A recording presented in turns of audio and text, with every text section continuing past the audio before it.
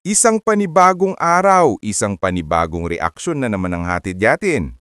At ngayon, ibubuhos natin ang ating punto de vista tungkol sa ilang komento na nag-viral sa mundo ng EDC at EDC.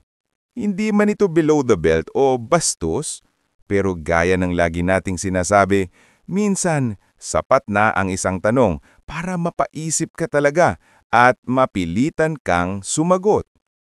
Pero bago ang lahat, isang malakas na happy birthday muna kay Kuya Val Santos Matubang, ang ama ng Kalingap Community. Shoutout po sa Team Kalingap, kay Kalingap Rab, Antid na Vlogs, Jack Tapia at sa lahat ng solid Kalingap Reactors. Huwag din kalimutan suportahan ang lahat ng Kalingap Charity Vloggers. Ang pag-uusapan natin ngayon ay ang upload ni JP. May nag-comment kasi doon, hindi naman masama, hindi nakakasakit, pero sapat para masabi mong, teka, kailangan yata itong sagutin. At gaya ng napagkasunduan, babasahin ito ni Miss M. Pero bago siya magsimula, syempre, bati-bati muna. Hi guys! Good evening sa inyong lahat! Sa mga EDC fans dyan, kumusta? Unang komento. Huwag niyo kaming pinagluloko. EDC is content lang. Hanggang dun lang yun. At syempre, unang sasagot. Alam mo, sa totoo lang, may tatlong dahilan kung bakit may ganitong komento. Una, baka hindi talaga niya nasubaybayan ng EDC mula umpisa. Pangalawa, baka hindi niya feel ang love team. At pangatlo, baka hindi niya tipo ang dynamics ni Papa Eds at Beyonce. Okay lang naman lahat ng yon. Pero kailangan nating sagutin ng maayos. At sinagot nga natin. EDC is content lang. Oo, nagsimula sila bilang content love team. Scripted, pa-cute, pakilig. Normal yan sa YouTube. Pero habang tumatagal, habang umaabot sa episode 94, habang naririnig mo sila mismo, off-cam, on-cam, nag-uusap tungkol sa future, pagnenegosyo at pangarap na magkasama. Doon mo marirealize, EDC is no longer just content. EDC became real. EDC became love.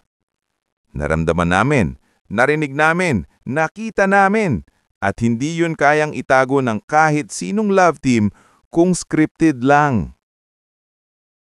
Hindi mo mabibili ang sincerity, hindi mo mafe-fake ang kilig, hindi mo maipapanggap ang pagmamahal. Efforts don't lie. Kung content lang yan, bakit nag-e-effort si Papa Eds ng ganun kagrabe? Hatid sundo halos araw-araw, kahit sa malalayong lugar. Tuloy kahit pagod sa scouting at higit sa lahat, promise ring na sariling pera niya ang ginamit. Hindi sponsor, hindi fans, siya mismo ang bumili. Kung scripted lang yan, sino ba namang lalaki ang gagastos ng ganon? Afford mong i-fake ang kilig, pero hindi mo kayang i-fake ang investment sa future. Walang niloloko ang EDC, hindi nila niloloko ang fans, hindi nila niloloko ang supporters. At higit sa lahat, hindi nila niloloko ang isa't isa. Tama! Kita mo sa bawat tingin, sa bawat ingat ka, sa bawat mahal kita, sa bawat pag-effort na hindi kailangang i-content. May isang taga-Bama.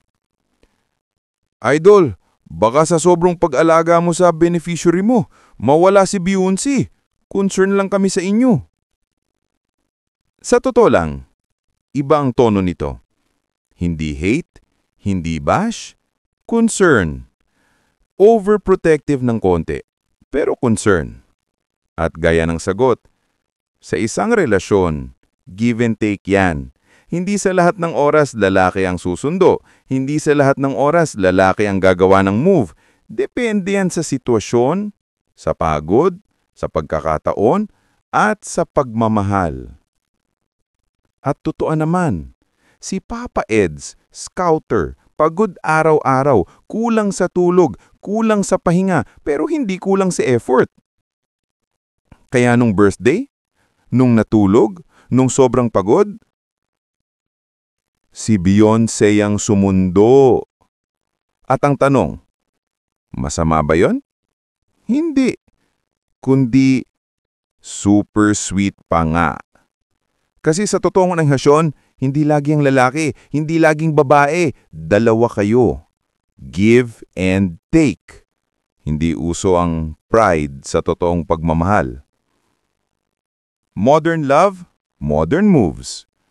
Wala na tayo sa panahon na lalaki lang ang pwedeng umamin, lalaki lang ang pwedeng mag-effort. Sa Gen Z, normal na babayang sumusundo, umaamin, nagpapakita ng care. Walang masama, walang nakakahiya, at higit sa lahat, walang mali. At ang pinakamahalaga, kung hindi boyfriend ni Beyonce si Papa Eds, hindi niya susunduin yun. Period. Totoo, malalim, at lumalaban. EDSI is not just content. EDSI is not just kilig. EDSI is not just a trend. EDSI is real. EDSI is love. At para kay Kuya Marlon, kay Ate Gina at sa iba pang nag-comment, hindi namin kayong inaaway, hindi namin kayong iniinsulto. Nagpapaliwanag lang kami. Nagbibigay ng POV at nag-aalaga ng transparency para sa fans.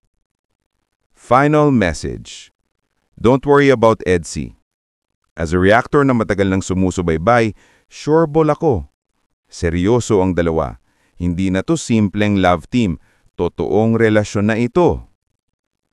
At dagdag pa, ako hindi ko natawag na EDSI love team yan. Para sa akin, EDSI couple na sila. EDSI is real.